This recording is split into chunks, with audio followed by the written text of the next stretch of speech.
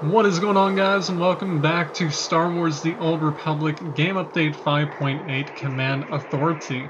Now in Game Update 5.8 Command Authority, we have been given the final boss for the Operation Gods from the Machine, Izax, the Ultimate Devourer, also known as the God of Death.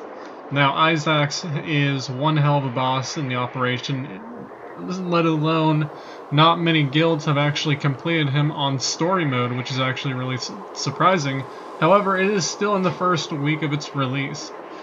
So anyway, let's get straight to why we are doing this upload, why I'm doing this upload. Along with Game Update 5.8 Command Authority, we are also given two brand new hidden vendors. Now what do I mean hidden vendors? Well, here's one, for example, right here. This little guy is called RE-G. He is the Iokath Quartermaster. Now he is on, obviously, Iokath, but he is on the Iokath Operation Control, where the entire operation phase is. Now, unfortunately for the players who are currently in game, you cannot see him or you cannot interact with him unless you defeat Izax on any difficulty mode. Now, as you can see here, you have to actually defeat Izax in either a 8-person story mode, 8-person veteran, or 16-person, etc. And once you complete those achievements, once you complete at least one achievement, you will be able to view the RE-G vendor. Now, what does this vendor have? Why is it so special?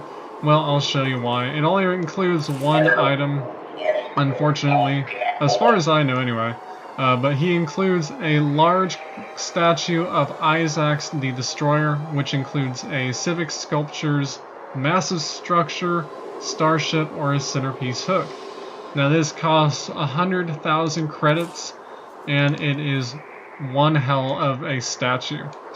This statue, and I am not even joking, is a lot larger than the Terror from Beyond statue. There is actually two of these. This one is the one that you can actually purchase personally after completing the Izax operation, or you can go through the actual operation, try your best at defeating him, and you will also get the much smaller statue of Izax the Destroyer. Now this one, however, includes a floor large and a centerpiece hook. Same thing, civic sculptures. So that is the first hidden vendor that is currently in game. Let's go ahead and hop over to the fleet, and I will show you the next and last vendor. So now we're going to be looking at the final hidden vendor that is currently in game. You can find him on the Imperial or Republic fleet. I'm not sure if it's going to be the same items as the Republic, however, but this droid is called V1C-0RY, basically Victory, and how you can obtain this droid, how you can actually view this droid and interact with him, is obviously through Conquest. Now what do I mean by Conquest? Well, you have to actually get your Conquest up to at least 20,000 points. You must have completed it in order to actually view the items that are currently in this droid. So let's take a look at what items you can currently purchase. Now, please do note that every single item in this vendor is going to cost the exact same items. So, for example, we have the Adrenal Vaporator platform, which will go for 5 War Supplies Invasion Force, along with 100,000 credits. Except for the Commander's Companion Bundle, which will cost you 3 Dark Project MK1s, along with 4,250,000 credits. So anyway, let's go ahead and take a look at some of these items. We got the Adrenal Vaporator platform. You can basically view these on Tatooine, obviously. This one includes a starship hook. Next up, we got the Alderaan Nobility statue, which comes straight, obviously you guessed it, from Alderaan. And this one requires a floor large.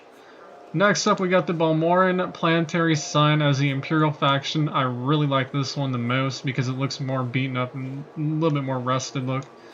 This one includes a ceiling large, as well as the next item, which is the Balmora Planetary Sign Republic. Next up, we got the banner Yavin 4 Hanging, which contains a wall large. Not really a big fan of it. I actually had to deactivate my Yavin 4 Stronghold because I just didn't really care for it anymore. Next up, we got the Club Veretica display, which requires a starship hook. Why does this require a starship hook? Oh boy, it is extremely massive. And I'm not even over-exaggerating. This thing is beyond massive. Next up, we got the Corellian advertisement, which includes a wall large. Something you will always see on Nar Shaddaa as well. But obviously, you can also view these on Corellia. Something I would never get. Next up, we got the Crystal Formation orange color. This is a repainted Crystal Formation. Requires a 4 medium. There is also a Crystal Formation purple, I believe. But it's basically the same exact thing as the large Crystal Formation purple. Next up, we got the Zerka Water Fountain, which contains a floor large. You can always view these on CZ198 personally. Next up, we got the Hypermatter Logo Projector, which includes a ceiling large. This one kind of reminds me of something from Hutball, or something from PvP, obviously. Next up, we got the Iokath Super Weapon Throne, which includes a centerpiece hook. I was honestly hoping this would be a floor large, but basically the size of this is basically the same exact size as the throne outside of the Gods from the Machine phase. Next up, we got the Landscape Makeb Mesa, which includes a wall medium. The artwork on here is a little bit blurry, to be honest with you, so I'm not really much of a fan, but I do like how peaceful it looks. Next up, we got the Pillar of the Despaired, which requires a floor medium, coming straight from Oricon. I absolutely love this. I was super excited when that released. So obviously, knowing me, I bought 2 of them. Next up, we got the Rakata Herald Bust, which contains a floor medium. You can always view these certain Rakata statues on Belsavis as well. The same hook piece, floor medium.